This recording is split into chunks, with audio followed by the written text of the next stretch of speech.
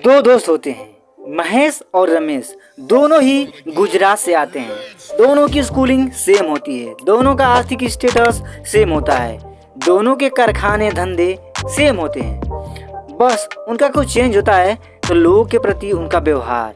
महेश अपने कर्मचारियों में बहुत ही फेमस होता है, जबकि रमेश के कर्मचारी उसे पसंद नहीं करते हैं। रमेश ये सोचता है कि वो जो भी पैसा कमा रहा है ना, वो उसका पैसा उसके लिए पैसा बना रहा है, जबकि महेश ये सोचता है कि मैं जो पैसा कमा रहा हूँ वो मुझे मेरे कर्मचारी कमा करके दे रहे हैं। और इसीलिए महेश जब त्योहार होता है या फिर कोई विशेष दिन होता है तो अपने कर्मचारियों को खाना खिलाता है। और किसी त्योहार के समय जब लोग का पगार देता है, पेमेंट देता है, सैलरी देता है, तो उसमें 100-200 रुपये अधिक देता है। जबकि जो रमेश होता है ना, वो अपने वर्करों से गलती हो जाने पर चिल्लाता है और उनसे बहुत ही सख्ती से पेश आता है, और कभी कभार तो उन्हें नौकरी से निकाल भी देता है। अब एक बार मार्केट में मंदी आ जाती है तो मार्केट में बहुत से कारखाने बंद हो जाते हैं। अब ऐसी परिस्थिति में रमेश के सारे कर्मचारी उसे छोड़ करके चले जाते हैं और रमेश का कारखाना बंद हो जाता है। जबकि वहीं महेश के कर्मचारी बोलते हैं कि सर, आप हमारी पगार थोड़ा कम कर दीजिए और हम आपके लिए काम करेंगे जब तक कि मार्केट फिर से न खुल जाए।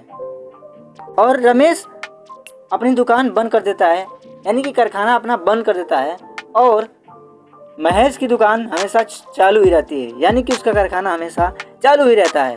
अब महेश और उसके कर्मचारी 1 साल तक संघर्ष करते हैं और फिर मार्केट में इन लोगों की डिमांड बढ़ जाती है और इन लोग की अच्छी खासी कमाई होने लगती है। तो दोस्तों, इस कहानी से हमें क्या सीख मिलती है?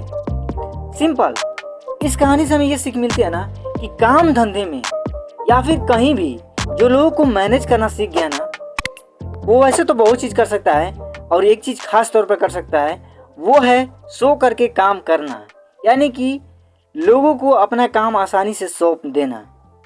एक अंतर है बिलियनियर में और आम आदमी में, और वो ये है कि बिलियनियर लोग सो कर काम करने की कला जानते हैं, अर्थात वो लोग काम सौंपने की कला को जानते हैं। बात सिंपल है, यदि आप करोड़पति बनना चाहते हैं तो आप खुद काम करिए, मगर आप अरबपति बनना चाहते हैं तो आपको काम सौंपना सीखना होगा, लोगों को मैनेज करना सीखना होगा।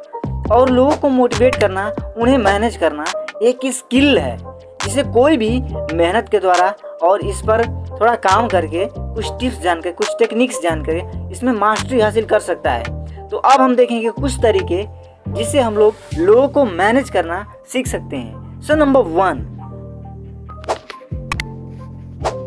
जो काम आप लोगों को सौंपना चाहते हैं ना, उसके बारे में आपको जानकारी होनी चाहिए। नंबर 2, आपको पता होना चाहिए कि एक गुलाम और कर्मचारी में फ़र्क होता है। और बहुत से लोग जब लोगों को अपने काम पर रखते हैं तो वो सोचते हैं कि उन्होंने एक गुलाम खरीदा है। नंबर 3, पैसा देकर आप सामान खरीद सकते हैं और उसका खूब इस्तेमाल भी कर सकते हैं, लेकिन पैसा देकर के आप लोगों को नहीं खरीद सकते हैं और उनका अपने मन मुताबिक इस्तेमाल नहीं कर सकते हैं। यहाँ पे हमें अपने कर्मचारियों से दिल से काम लेना होगा और उनके साथ एक अच्छा व्यवहार करना होगा, क्योंकि वो स्वतंत्र सजीव हैं। नंबर 4, लोगों को यदि आप काम पे रखते हैं तो उनके लिए एक अच्छा वातावरण दें।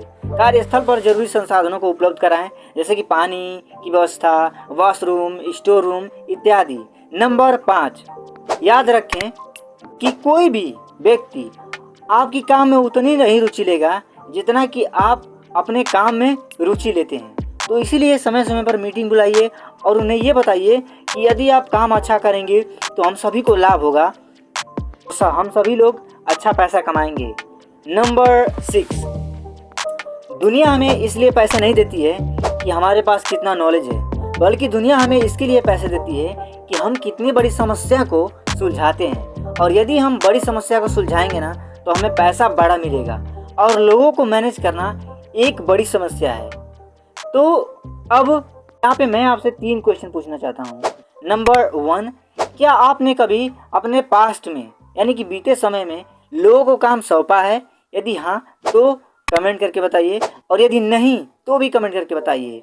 नंबर 2, क्या आप सोच रहे हैं कि आप लोगों को काम करना सौंपेंगे, भविष्य में लोगों को अपने काम के लिए हायर करेंगे, काम पे रखेंगे? नंबर 3, क्या आपने कभी यह अनुभव किया है कि लोगों से अपना काम करवा करके हम कैसे फ्री होते हैं और हम कैसे अपने परिवार को टाइम देते हैं, हम कैसे अपना मन पसंदीदा काम करते हैं, और यह जो अनुभव होता है वो कितना सुखद होता है? यदि हाँ तो आप लोग कमेंट करके बताइए।